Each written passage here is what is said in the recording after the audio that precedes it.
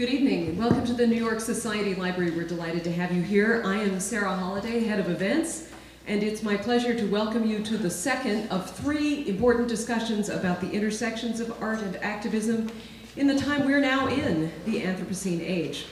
As we begin, a couple of points of business. Please silence your cell phones or anything that might disrupt the presentation. We appreciate it. We are broadcasting this evening on Facebook Live, and the presentation and Q&A are also being recorded, so please take that into account, but we do hope you'll participate. Books are available for sale by our colleagues from the corner bookstore just outside the store, and the authors present tonight will be glad to sign copies following the presentation.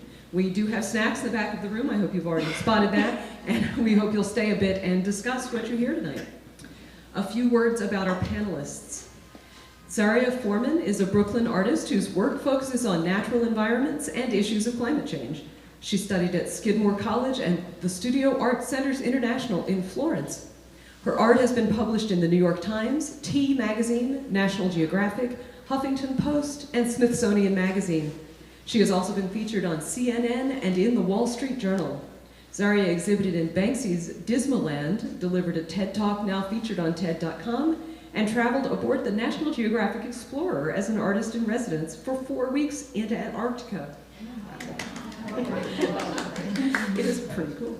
Gleb Raygorodetsky, darn it, I did it right in the green room, I'm gonna do it again. Gleb Raygorodetsky, forgive me, is a research affiliate with the Polis Project on Ecological Governance at the University of Victoria and the executive director of the Indigenous Knowledge, Community Monitoring, and Citizen Science branch of the Environmental Monitoring and Science Division within Alberta, Canada's Department of Environment and Parks. He holds a PhD in ecology, evolution, and environmental biology from Columbia University, and has written 2 books on Indigenous peoples. His latest, The Archipelago of Hope, Wisdom and Resilience from the Edge of Climate Change, which is available in the gallery, explores the links between indigenous cultures and their territories as the foundation for climate change resilience around the world. This book was recently awarded a 2017 Grand Prize Nautilus Award and was named one of Forbes magazine's 10 best environment, climate science, and conservation books of 2017.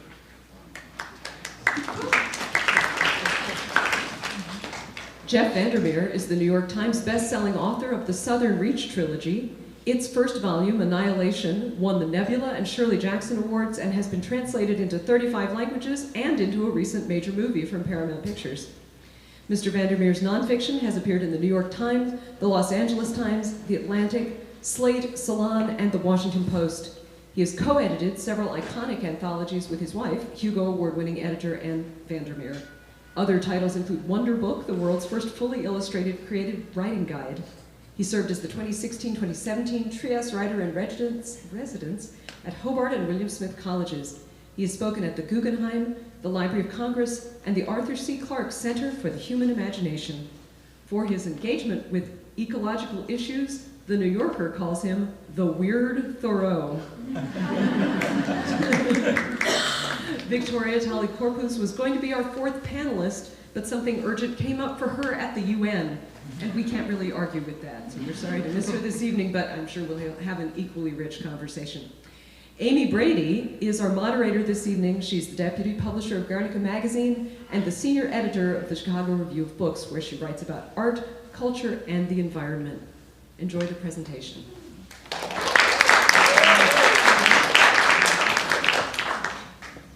Hi, can everyone hear me? All right, I got it turned on. Okay, as Sarah said, my name is Amy Brady. I am the deputy publisher of Guernica magazine, by far the least impressive person up here on the platform this evening. But for those of you who are not familiar with Guernica magazine, we are a nonprofit that's been publishing online since 2004, largely at the intersection of global arts and politics. To my mind, we have published some of the finest writers working today, as well as many talented newcomers who, after publishing with us, often go on to even greater things. It is such an honor to be a part of a magazine that publishes such vital and important voices in some of our most important conversations of our age. But that said, we are a nonprofit. And as such, we are run entirely by a staff of volunteers and depend largely on our readership for support. So if any of you would like to know more about Guernica or about ways that you might support us in the future, please don't hesitate to come speak with me after the panel this evening. I'd be happy to do that. A few thanks are in order.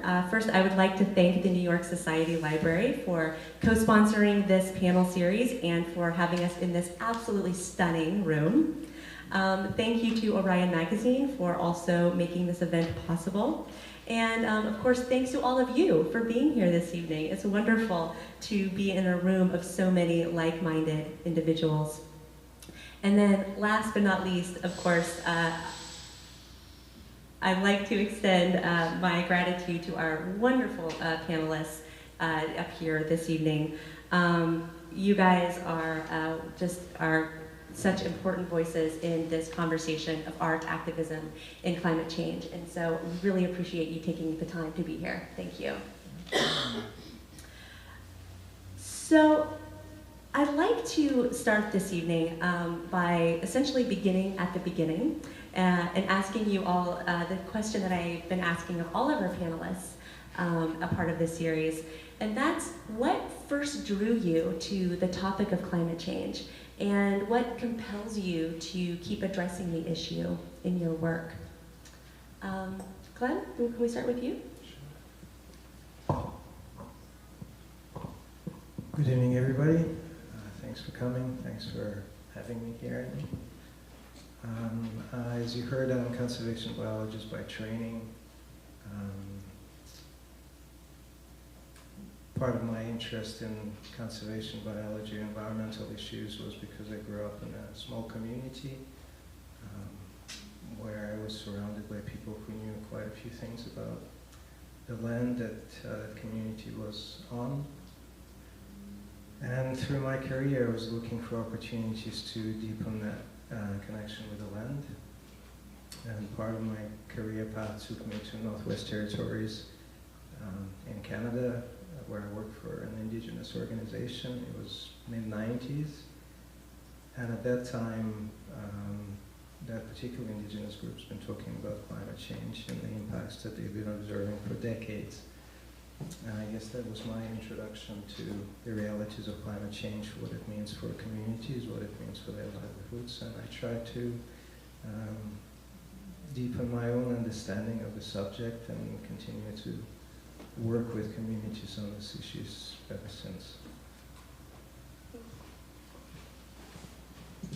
Hi.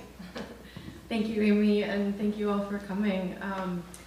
So my mother was a landscape photographer, and growing up we traveled to really remote places for about 1 month every single year. So I just had this love of landscape instilled in me from a really early age, and started depicting it in my art as soon as I could hold a crayon, really. And in 2007, I traveled to Greenland with my family. That was the first time I visited the Arctic. And at the time, climate change was not as much of a topic of discussion here in the United States as it is now. But in Greenland it was. It's an everyday thing. And so everyone traveling there, where they were either newscasters coming to write about it, or they were government officials coming to learn about it, or they were the locals having to adapt their lifestyle on literally a daily basis to the changing landscape. So that really just opened my eyes to the climate crisis and made me realize how crucial it was, and how it's really something that it's a global crisis. And so I was already planning on making art about Greenland, and I realized I needed to address climate change, and that was kind of a big shift in my work and I've been focusing on that ever since. So in a way, it's kind of similar to your experience. Yeah, thanks to Amy and the library, the magazine, and all of y'all for coming out. It's kind of intertwined inextricably with a love of nature and just kind of where I grew up. I grew up in Fiji, and I grew up in a part of Fiji where basically you were on a beach, more or less, and you were interacting with nature all the time.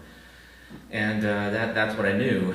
And also my dad was an entomologist and research chemist, and my mom was a biological illustrator before computers phased that job out. And so there was a lot of wildlife, so to speak, even on our lawn, because a sea turtle would be brought up for her to illustrate, or she would go out in the field to do illustrations. So there was always this kind of interesting mix of science and art in our household. And when I started to write fiction seriously in the late 80s and early 90s, the first series that I wrote was all about a future Earth in which climate change had already devastated pretty much everything, and the remaining people were living in kind of walled city-states that were slowly failing. And so for me, you know, I thought that this was a topic that was of concern back then, in part because J.G. Bowder thought it was a concern in some ways in the 70s, and there are quite a few really amazing dystopias and post-apocalyptic tales from back then in the 70s and 60s when there was that great kind of boom in ecological consciousness before there kind of became a lull in it in the 80s and 90s. And so I just come through it to that and through what I feel are the kind of ambassadors of nature animals, and I try to present them properly in my fiction. I try to present the complexity of ecosystems in my fiction, so that the climate change stuff is kind of like there as well, but the point is that there's this amazing wealth of life all around us that is actually very resilient if we give it half a chance, and that we need to give it a chance, because if we don't give it a chance, we won't be giving ourselves a chance either. So the title of this panel series is Art and Activism in the Anthropocene. And so I want to, for a moment, just to focus on those first two capital A lettered words, art and activism. Gleb, I'm going to come to you in just a second. But first I want to ask you, Jeff and Zaria, both of you are artists. Zaria working in the visual arts, Jeff in the narrative arts. Do you also consider yourselves activists? I do. I mean, I consider myself an artist first, but definitely an activist as well. I think, you know, for activism is it's asking for change, right? It's asking for action from us, from human beings, and the core purpose of my work is exactly that. Like, I'm trying to so psychology tells us that we take action and make decisions based on our emotions more than anything else. And so with my work, I'm trying to touch your emotions. I think art just has that ability in general. And so I'm using my best, you know, the thing I think I'm best at, which is art, to touch at people's emotions, to make them fall in love with these beautiful landscapes in the way that I have, and in the hopes of that spurring action. Well, because of the fact I was in Fiji and then we were traveling quite a bit, I didn't really have a sense of place until we settled in North Florida and moved up to Tallahassee in '92. And then basically I became very much aware of the environmental issues in that area, and I was basically hiking every week, and I came to know the area very, very well. And so everything that more recently has come to me personally about climate change has been very much felt in the body. The Gulf oil spill, which to a lot of us on that coast was this spill in our heads that at the time when it didn't seem like they were going to be able to cap it, seemed like it might go on forever. It was literally a physical pressure in your skull. And that kind of came out into the page in some ways in the Southern Reach trilogy. And so for me, it's something that I feel in the body. It's something that's very personal to me in terms of my connection to a place now. And that's why I think it's come out more directly in the Southern Reach series than in prior books. And so I think, you know, there's not really a question of whether it's activism or not. You know, writing about landscape in a certain way is a political act. And so whether you want to be an activist or not, you're going to be perceived as having perhaps a view of the environment that causes discussion and causes disagreement. I'm kind of split on how fiction can actually affect change, because I go back to Ballard and other people in the 70s who were writing about similar things. Did that change the world or not? But maybe in an incremental way. The things that I see, for example, that make me think the books might be helping in an activist way, more and more teenagers telling me that they're going into environmental science, and in part it's because they read the books, you know, they read the books in class or something, and you know, that's giving me way too much credit, but it makes me feel more hopeful about the fact that fiction can make a difference. I also think fiction cannot make a difference for climate change deniers, but for those who think that climate change is something that's going to happen 50 years down the road, and they say they believe in it, but they don't believe in the immediate impacts now, I think fiction can move those people into activism. And then the other thing I've done to kind of,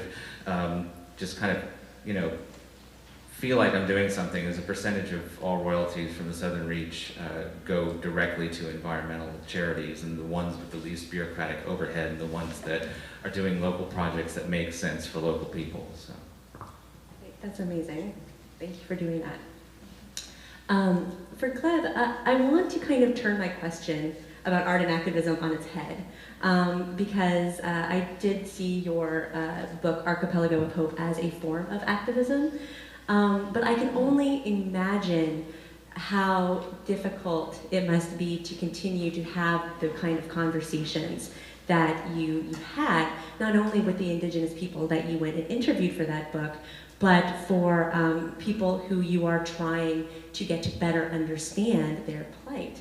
I imagine it's difficult not only because it takes a lot of stamina, but because a lot of what you have to say probably falls on deaf ears. And so my question is, what is the art of activism? Or maybe put another way, how do you choose the narratives that you tell or the pictures that you paint to get people to really listen? Well, I'm sorry to say I have no idea. I never thought of myself either as an artist or an activist. I guess what I'm driven by is that our world is defined by the stories that we tell ourselves about the way we live. And it's dominated by a certain kind of stories. And what I've learned in my work and in my life, and what I learned from people who were patient enough and generous enough to teach me, was that there are different ways of telling the story of how we should live on Earth. And the people who have the richest and the deepest stories are communities who've been nurtured by the place over generations, something that, just as Jeff, I haven't experienced growing up. And it's something that I've longed for all my life. And so my attempt with the book and other writing that I've done is to change the dominant narrative, to create alternative stories of how we as human beings can be in the world in a way that is not just about us, and that is a lot more respectful of each other and life in general. And in that, Indigenous peoples are important storyteller. And my role is just try to create that bridge. But it's not enough. So it's not enough just to share stories and tell stories. You actually have to work at translating them, and even with communities within the communities, with larger quote-unquote audience. So it's an ongoing work, passion. So it's hard for me to see it as art form. It's just a way of life, I guess. So the subtitle of this particular panel is Strange Reality, Art and Activism in Transitional Environments. I think it's probably fair to say that in 2018, there are many reasons why we might call our reality strange. In this country, at least, there is the ongoing cry of fake news, constantly making us doubt what is real, what is not. There's also the prevalence of hyper-reality and the internet and its ever increasing presence in our everyday lives. And then, of course, undergirding all of this is the reality of our changing planet. Scientists have said in the last 30 years we have seen more dramatic effects of climate change than we have in all of human history, just in the past 30 years. So we're seeing stranger weather and are watching environments that we thought maybe were at least semi-permanent, like Antarctica, rapidly transitioning much faster than we thought would be possible. So I want to talk to you, all three of you, just a moment with those phrases, kind of strange reality and transitional environments in mind, to delve a little bit deeper into what you think about when you are creating your work. Jeff, I'd like to start with you.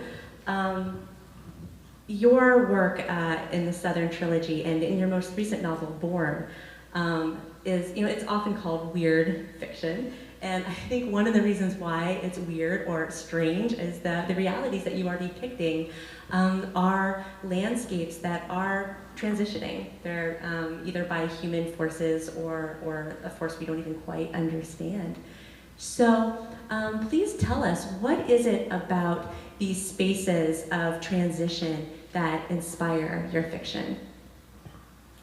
Well, first of all, it's again kind of personal, because the place that I like to hike the most is the St. Mark's Wildlife Refuge, and it goes from pine forest to black swamp with cypress knees to marsh, and then an almost prehistoric landscape out on the salt flats, and then to the sea.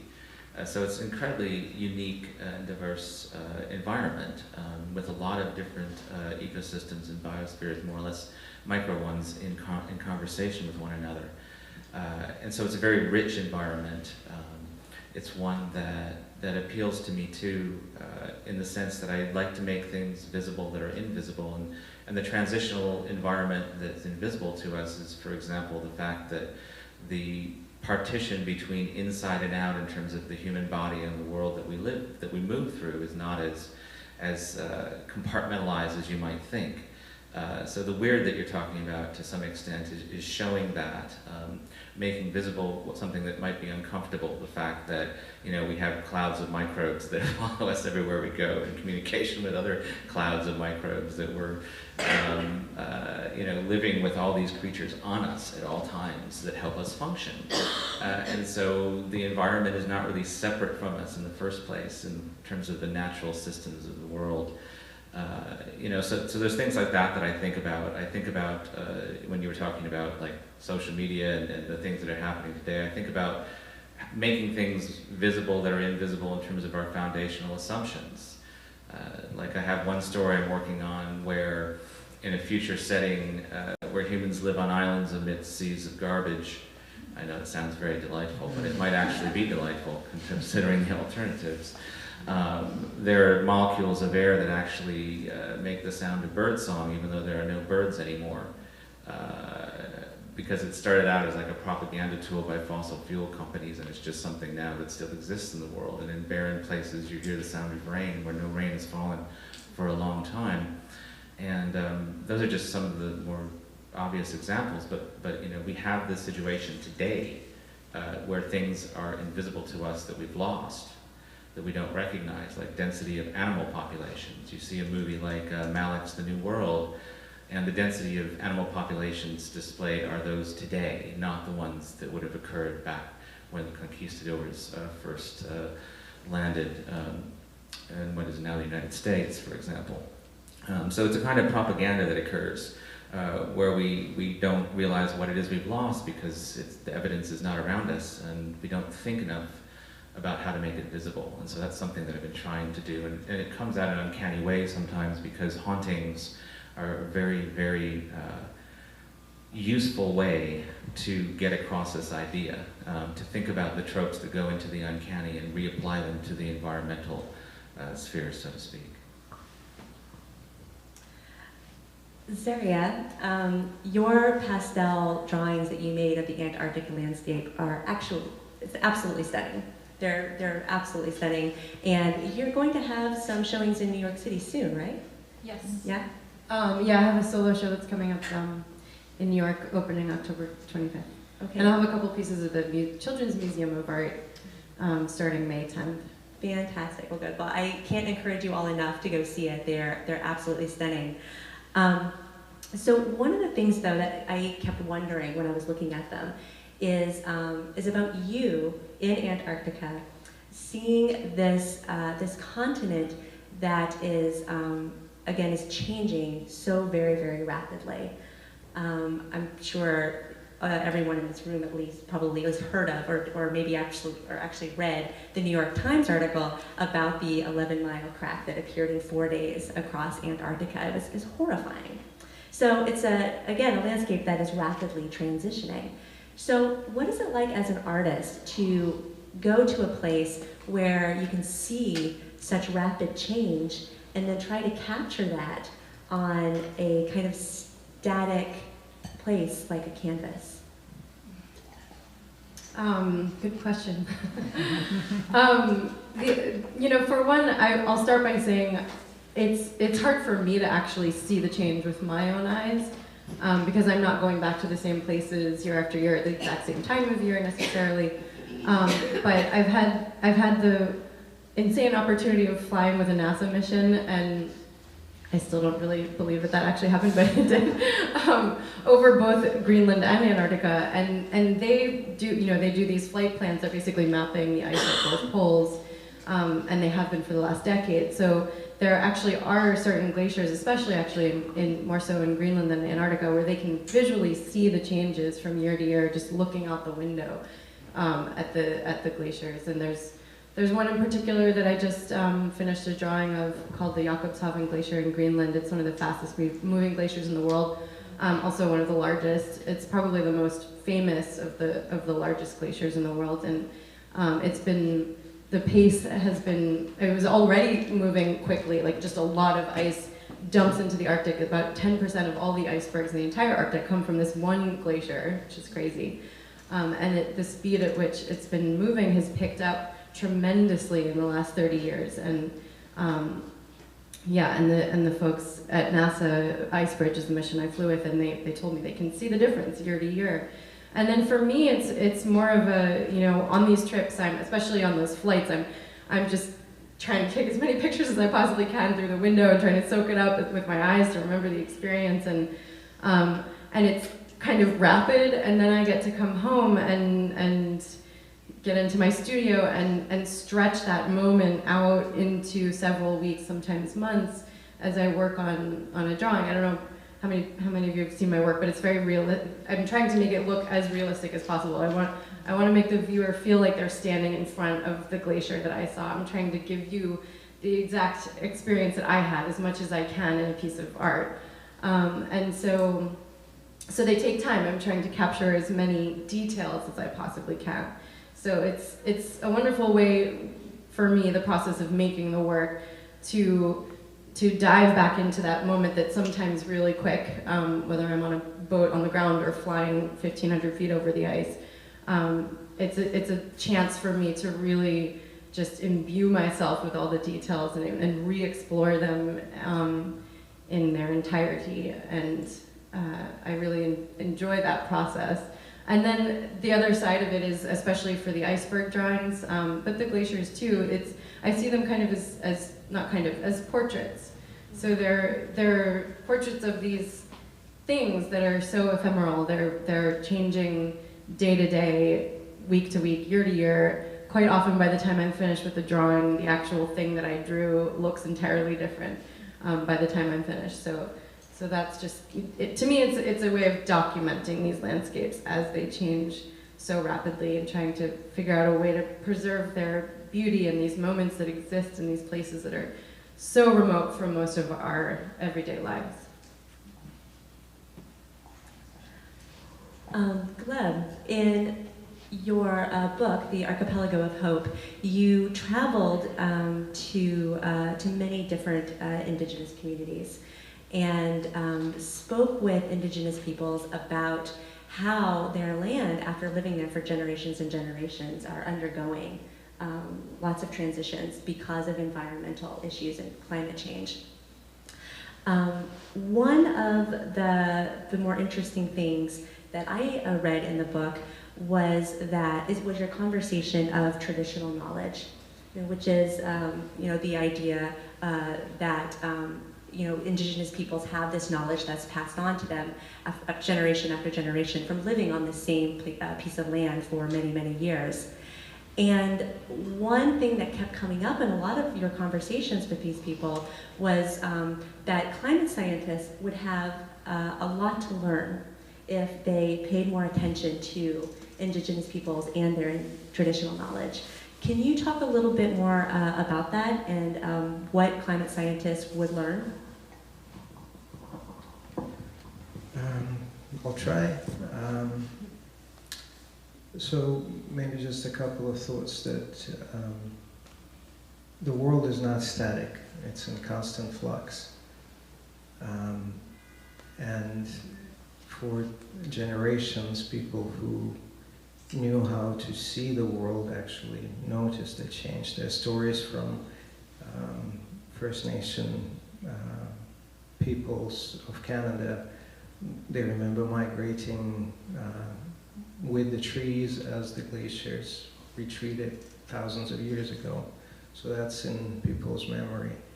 And the changes that are happening, they're not necessarily different from changes that have historically been observed. What's different is the magnitude and the rate.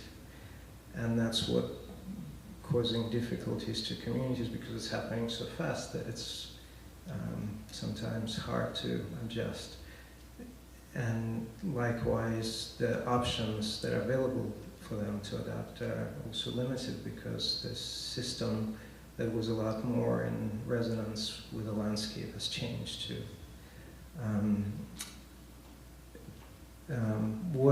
When they talk about changes that they see, one of the quotes that stuck with me is that one elder was saying that the winds are different.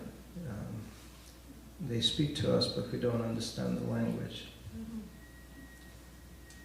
But when you ask them how devastating that must be, they are a lot more grounded in reality than outsiders like myself that say, it's all right, we'll just take some time, we'll learn that language. And so what they seek is opportunity to stay on the land and change with the land.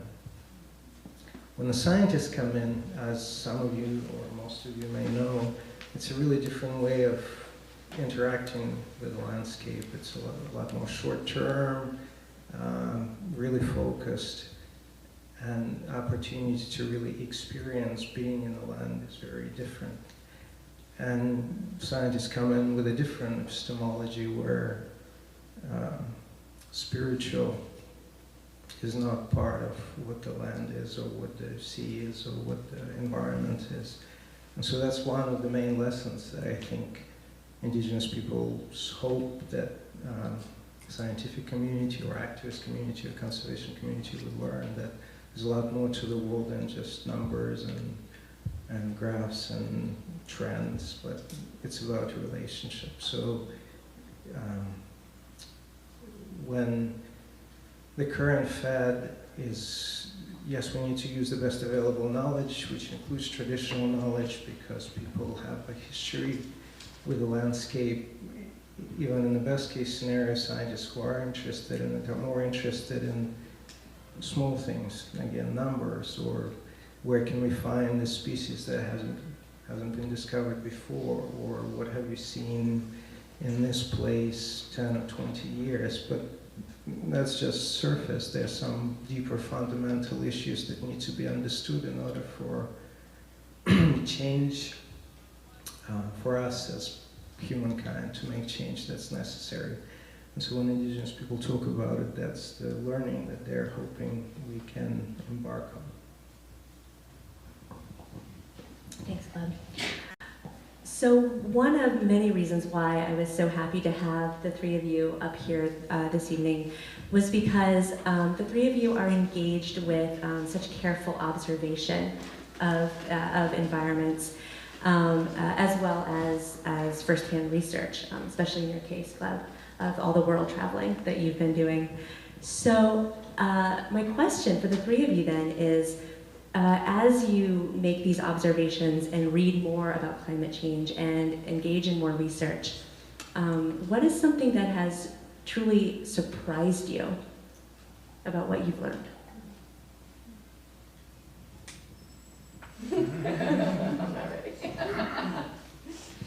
I am. Go for it.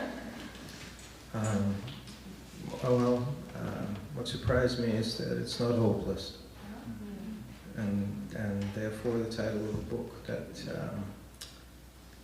well, I guess maybe before I talk about it, first of all, I just want to say that it's a little weird to be a white guy sitting here on the stage talking about stories and issues that are not mine.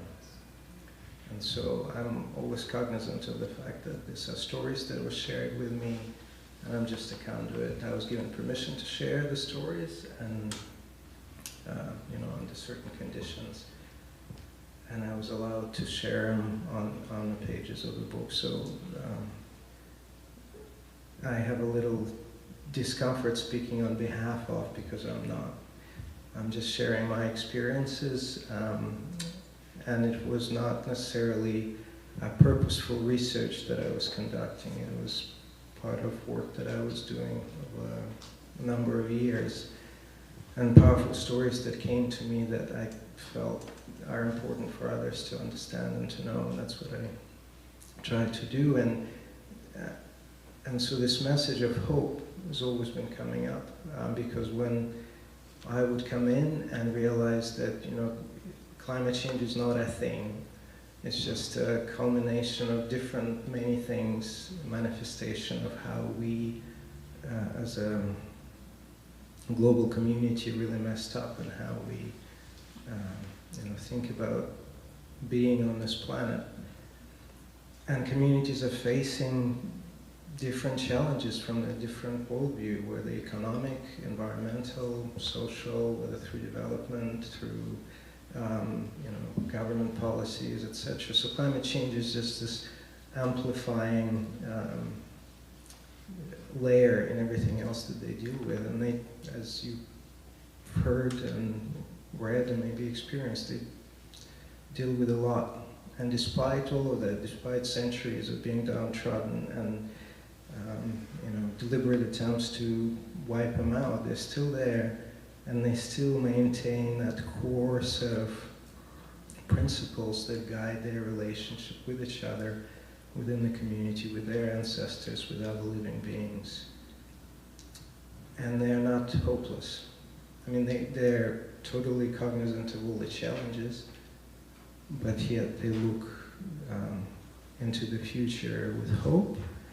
And so to me, that's really amazing. And one anecdote that I have is I was with Nenets, reindeer herders, in Russian Arctic on Yamal Peninsula, which is where most of natural gas for the Russian state comes from. That goes to Germany and Europe, and Russia has grand plans of how more of it is going to be extracted.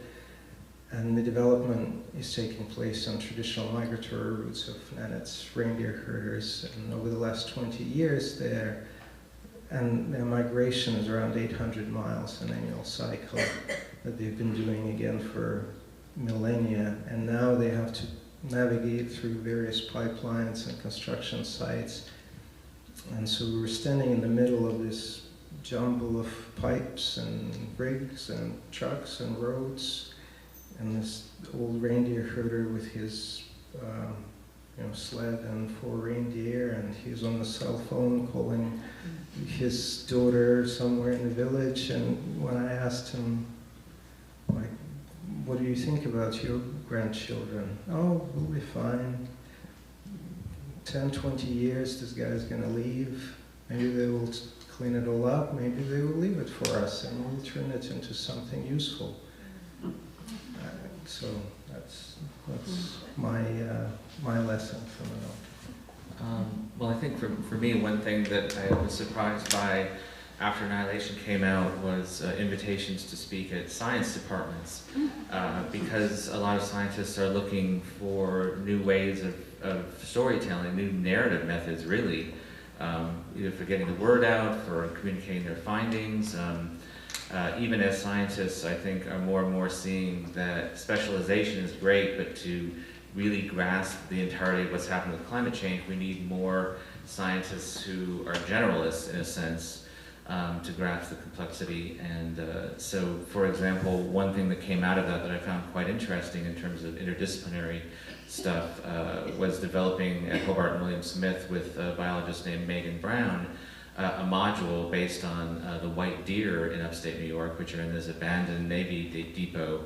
So they're in one contained place, a module for both science students and creative writing students to come together to create a full understanding of this one finite place and what lives in it, with the scientists, the science students having to create flash fictions and use their imagination in a slightly different way, and the creative writers having to use the science to create nonfiction, and then putting that all together in kind of a shared world that gives you a very deep sense of place, which I thought was an interesting thing to do too, because one way in which our activism fails is in not individually being linked to a place and understanding it.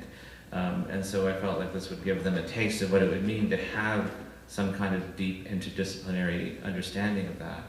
The other thing that I've found quite interesting is the nascent beginnings of what you might call soft tech. A lot of what we call hard tech, like smartphones and stuff, is incredibly primitive compared to natural systems. And I talk about natural systems because if you're talking to someone who's center or center-right, if you don't talk in terms of systems and things like that, they wind up thinking you're a tree hugger. And if you are trying to create some kind of, which is stupid, but if you are trying to create some kind of consensus, you can through systems and other kinds of terminology that actually come out of the business world. But my point is that, you know, you see things, simple examples, mushrooms, a certain kind of mushroom cultivated artificially that replaces styrofoam, and you just toss it in your backyard, packaging material, and it just biodegrades in a couple of months. The point being, the more soft tech we can create that works with the way the world works already and supports those complex systems, the farther away we'll get from things like overuse of plastics. Okay, I mean, even without climate change, we'd be in a huge amount of trouble because of pollution, use of plastics, and all of this. So, you know, and plastics, of course, create, you know, global warming as well, the creation of plastics. So that's one thing that needs to be monetized more, and one thing that capitalism is, one of many things capitalism is letting us down on, is this need to monetize everything. Because a lot of the soft tech stuff could be jump-started a lot quicker if it wasn't, you know, having to compete against like the battery or solar power, you know, which is important, but it's not the full story and how we get past this. I agree 100%. Thank you. I never heard that term soft tech. I will look that up. You also stole kind of what I was going to say. No, it's okay. I'll just give my perspective. I was going to say I was really surprised when I got an email from NASA. It's like, what? I'm like this little artist in Brooklyn, and NASA scientists want me to come fly with them? Like, this is crazy. And I thought it was a hoax. And literally until I like entered my first science meeting down in Punta Arenas, Chile, and I was like, oh no, these are definitely NASA scientists. I'm not being kidnapped. Yeah, and I think the reason, you know, people ask me a lot, why did they want you to come fly with them? And I think it still surprises me. So they've been doing this research for years and years. I mean, this particular mission has been going on for a decade, and I mean, in climate science, like we know what's been going on for well over a decade, and yet we're still not moving in the right direction, and moving in the right direction fast enough. And so it's like we have the data. Of course, we can keep collecting more, and there's still so much more that we have to learn about ice in particular, but the way that the climate is changing in general. And but we know the direction that we're heading in. The data is clear, but for some reason we're still not listening. A lot of us aren't. And so they recognize the need to communicate their findings in a way that's not just numbers, not just, you know, dry statistics. And I think the scientist that, in particular, who reached out to me came from a family of artists, and he recognized the power of communicating, the power that art has to communicate something. So, you know, I'm sitting there thinking like, well, NASA has a way bigger social media following than I do. Like, why do they need me to post about this? But I get it. It's the bigger picture. And the other thing that was surprising is just a little, you know, anecdote about my flights with them. It was just really eye-opening to fly for hours over ice sheets in Antarctica and Greenland, but especially Antarctica because it's bigger, there's more ice there, and it's just, I mean, there were hours would go by where it was just flat white ice below me, and I was actually terrified I wasn't going to have anything to draw because it was boring. But at the same time, it just like opened my eyes to the vastness of the poles, of the ice, and in turn the vastness of this crisis that we have at our hands. But that reminds me that scientists used to deliver their findings in the form of poetry, like in the 1800s. And in the 1700s, they used to use the form of dream journeys, which is where fantasy originated from. They would actually do a dream journey into some fantasy place, and their thesis would be embedded in that, and their findings would be. So there was this confluence of fiction and science at that point, which kind of, brings it full circle in a weird way. I love that. That's great. I think we have time for one more question before turning it to the audience. So my question is, for the three of you, if you could get just one person to take away one thing from the drawings that you make, the writing that you do, what would that one thing be? Gleb, let's start with you.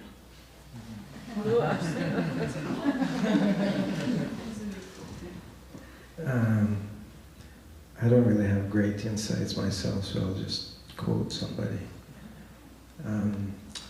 One of the, again, messages from communities that come on in every conversation, and some organizations took it on as their slogan or logo, "Land is life."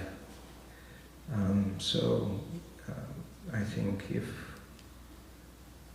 one person or more of us could really understand what it means, that'd be a win.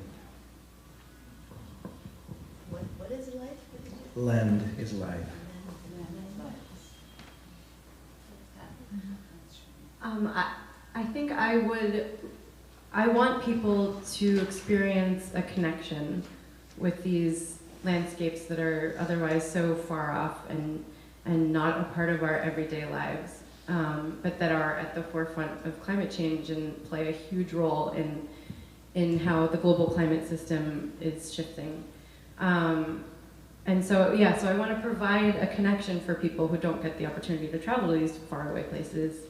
And I try to represent the beauty of these places because I want people to just like fall in love with them, like I said, in the way that I have. And when you love something, you want to protect it. And so I hope that connection and that love and that admiration can make people want to protect and preserve these places. First, I'd like to say that I'm a cynical old curmudgeon, and so hope doesn't come naturally to me. But I'm very hopeful in some ways because of people like my daughter, Erin Kennedy, who went into environmental science and works for a sustainability company that writes the reports for World Wildlife Fund. And she also works with chemical companies on the other side of things, more or less, to turn what comes out of those smokestacks into what fuels their factories. So she finds a lot of ways across the ideological landscape to be of use. So that gives me a lot of direct hope. And also, I learn a lot from listening to her these days. She knows a lot more about these issues than I do. What I would like people to take away is what I try to put into the books, which is the beauty of the moment in our environments, whether you're in an urban environment or a wilderness one, that there are moments of great and amazing beauty in even the mundane elements of nature, and that it matters in the moment what we do. Even, feeding the birds in your backyard, it matters that you can help wildlife, even if it's just for a season. We're all just here for a season. So all of that stuff matters, and don't think that it doesn't, in addition to all the other stuff that's more worldwide. Thank you. Okay, so thank you all. I think we now have time for some questions from the audience. Anybody has any? Yes, right here in the second row. Hi, Hi, Zaria. I'm a big fan of your work. I have many friends who also, have your work in their homes. Me first. And I was first. what I'm curious to ask, and I've always wanted to ask, is, as you know, anthropogenic climate change has many sort of facets to it.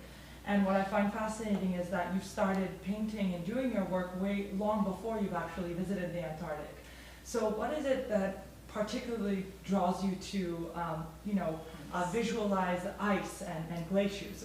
Because there, as you know, many facets to the environment. So where does that come from? Is it spiritual? Is it, Why not mountain? Sand. Yeah. Sand dunes. To me, that is. Yeah, I think I've always been inspired by water in general, in all of its forms. I don't think I'm unique in that way. I think all human beings are. Like, we need it to survive. It covers so much of our planet. We are made up of, I think, 75% water. And, a perfect landscape has a stream running through it, or an ocean, or, there's always like that element of water in everything that when we feel most at ease, and we find respite in it. And so for me, just artistically, it is an endless source of inspiration. There's so many new things I have, like, always to learn about how to render it in all of its different forms. So I began early on, when I first graduated college and started actually calling myself an artist professionally, I was doing large storms, skyscapes, hurricanes, tornadoes, and cloud formations. And then that moved into lakes and oceans and rivers, and which I'm still learning and I'm still drawing. And then, I visited Greenland for the first time, like I said, in 2007, and I was completely afraid to draw ice. I didn't think I was able to do it. And so even though at the time I decided I wanted to focus on climate change, I was talking about it in my artist statements, but I was omitting it from all of my imagery. So I would have all these gorgeous photos that I was working from with ice, at the horizon line, and I would just take the ice out and just draw the water and sky. Because I think I just wasn't ready yet. I was still learning how to draw water, and I still am, but I have a better understanding now than I did then. And so a few years after I started my Greenland series, and I was talking about climate change, and I would realized I was making excuses when people would say, well, then why aren't you drawing ice? And I'm like, well, it's the melted ice. It's melting, look, it's water. So I realized I needed to get over that fear. And so the next time I went to Greenland was in 2012, when I led an expedition with a group of artists and scholars in honor of my mom, who had just recently passed away. And I went with a focused intention to draw ice. So I did have to observe it several times before I could actually draw it. And I've been drawing ice ever since then. And I think it's like, again, it's an endless source of inspiration. There's so many new textures and surfaces that I see to learn. I mean, just these past trips from flying above the ice 1,500 feet gave me a whole different perspective than of course, than what you see when you're on a boat right next to an iceberg. It looks completely different. So there's just always more for me to learn, and until that ends, I don't think it will stop being a source of inspiration. And I don't think I'll ever, I got ice down. That's not gonna happen. Another question? Yes, over here. Hello, thank you so much. I'm a big VanderMeer fan. I really like the Southern Trilogy series. Thanks, that's very kind.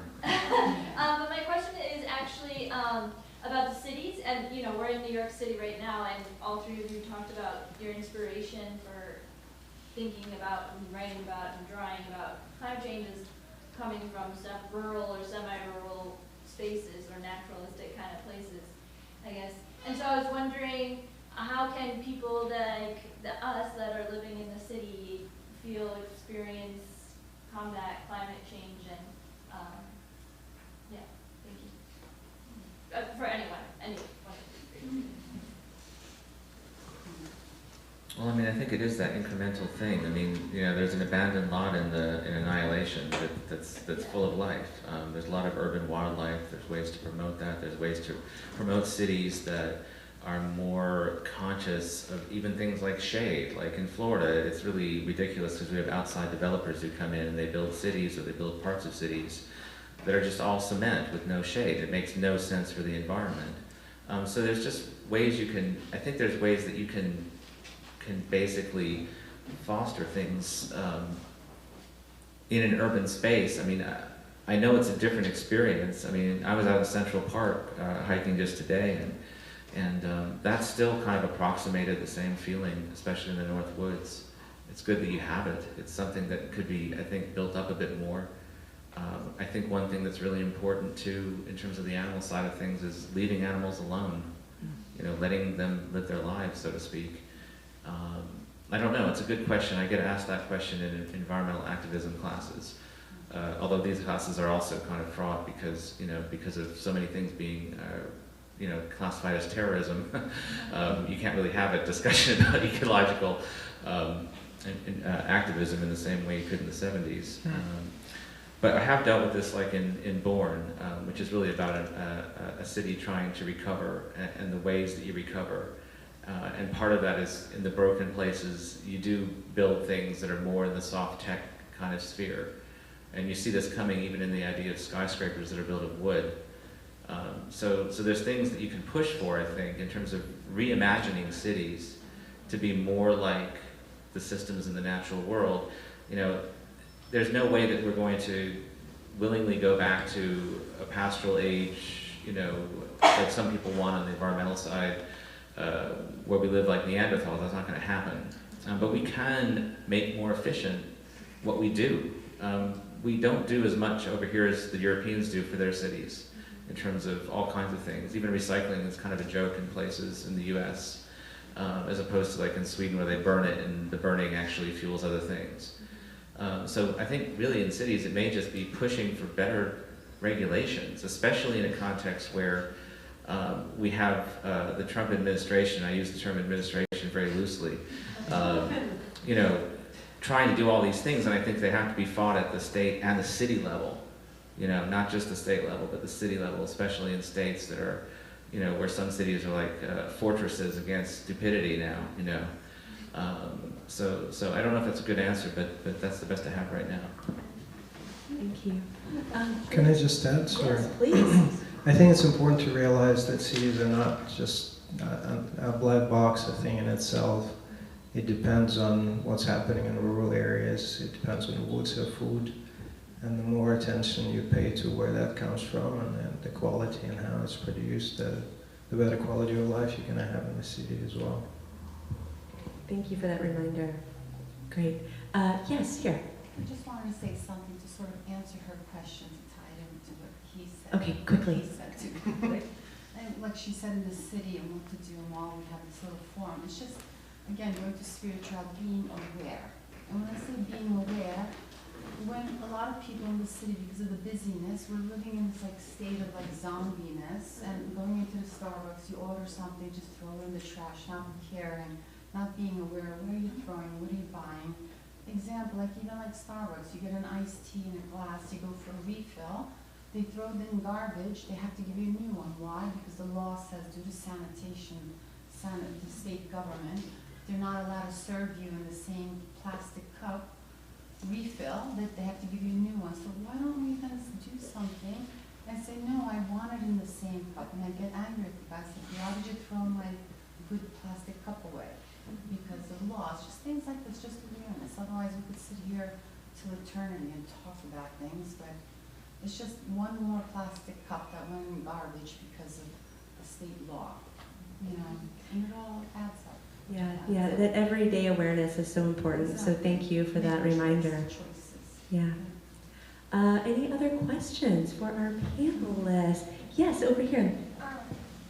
I was wondering for any of you if you could talk about how you think about removing humans from the center. I mean, it's kind of ironic because we're talking about the Anthropocene, but it feels like all of you think about the environment in a way that doesn't centralize humans and human civilization, which is unique. And I don't, yeah, so if you can talk about that. Briefly, I'll just say I've been experimenting with non-human points of view for fiction.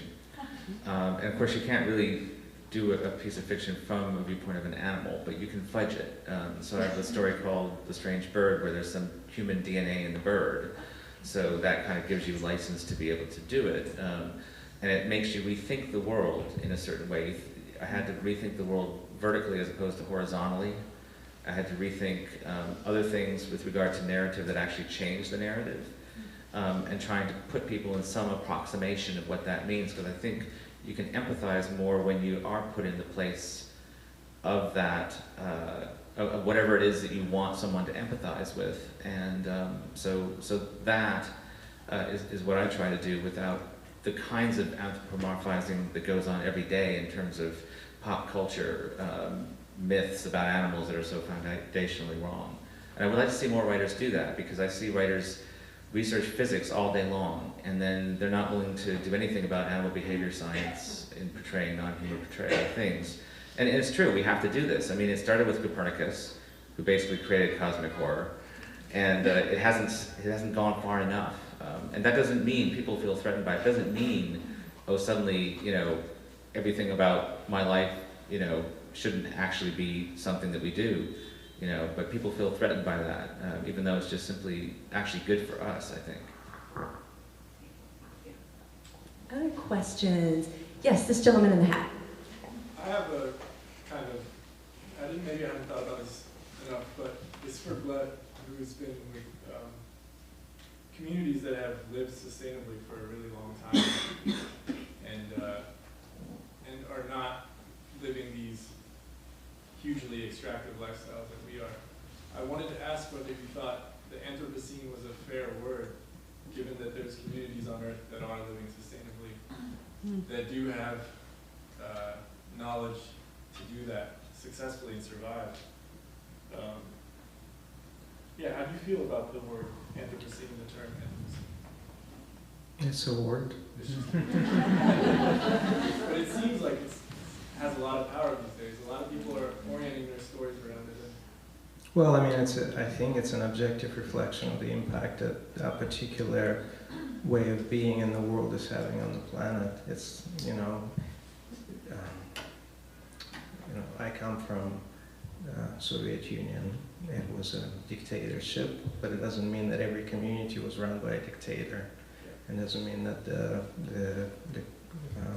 collective psyche was defined by what was happening in one place in that vast country. Well, it's the same thing with the Anthropocene. The reason why the book is called The Archipelago is just a recognition of the fact that there are these islands around the world that still maintain a different way of relating to the land, and that's where I feel and they feel that's where some of the original instructions for how to do it in a better way, that's where they can be still found.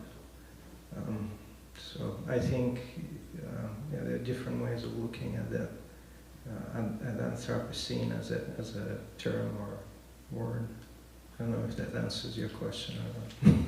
Or like the beginning, like when it would start. Well, I guess another dimension to it is it's a bit, self-aggrandizing to think that we're in control of. That's another part. Right. So, and there are much bigger things at play here, and we're just doing too much, putting ourselves and thinking that we're really an important player in this game, which we may not be. It's a useful word in the short term, I would say. In terms of geologic time, none of this matters, but we don't particularly care about geologic time because it's not going to concern us. That's very true.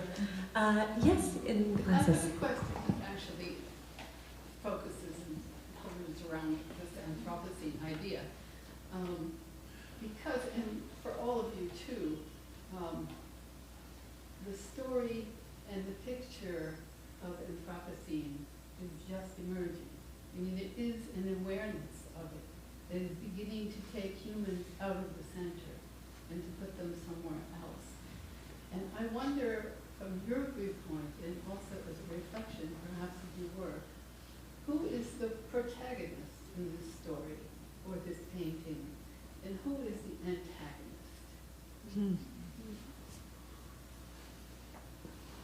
I think it's a bit of Jekyll and Hyde.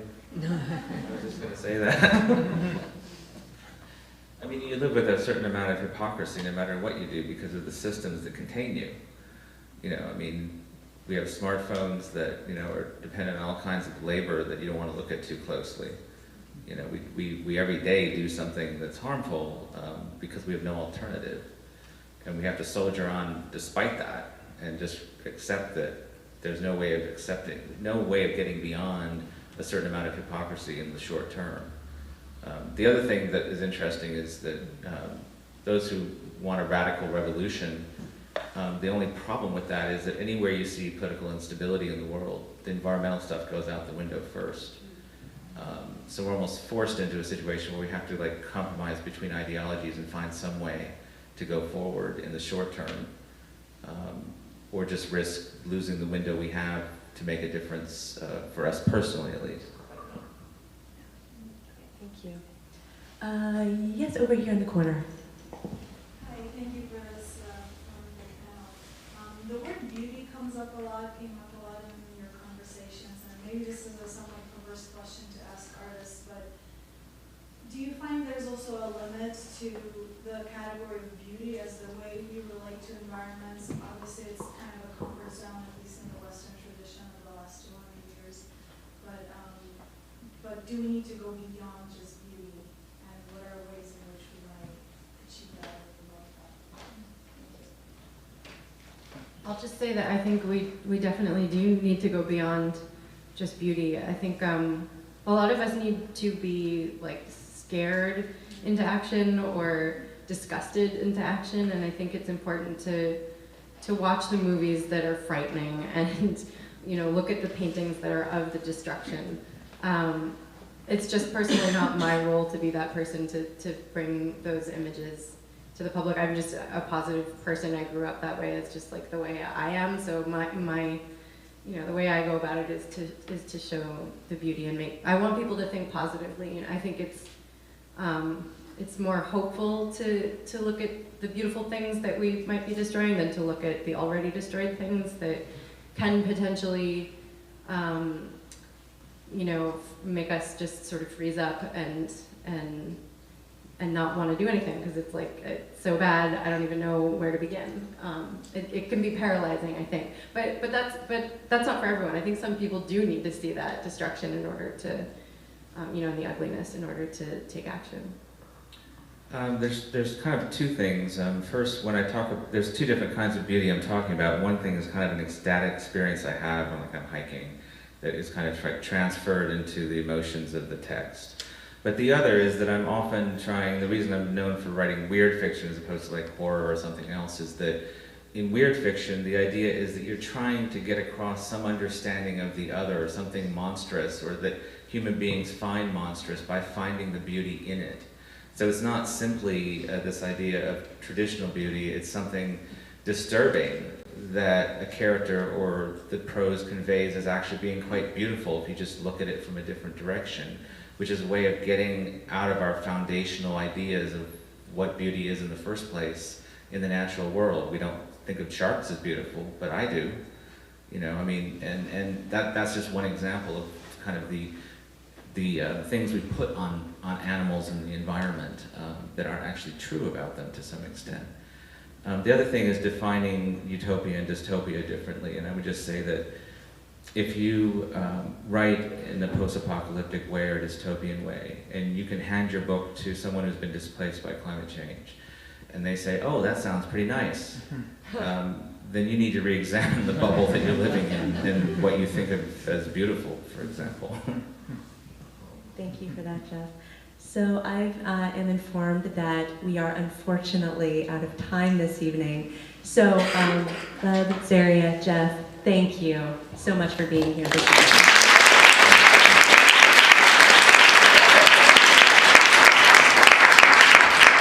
And thank you again, all of you, for being here this evening. Corner Bookstore is just outside in the lobby if you would like to purchase a copy of Gleb or Jeff's book. And if you would like either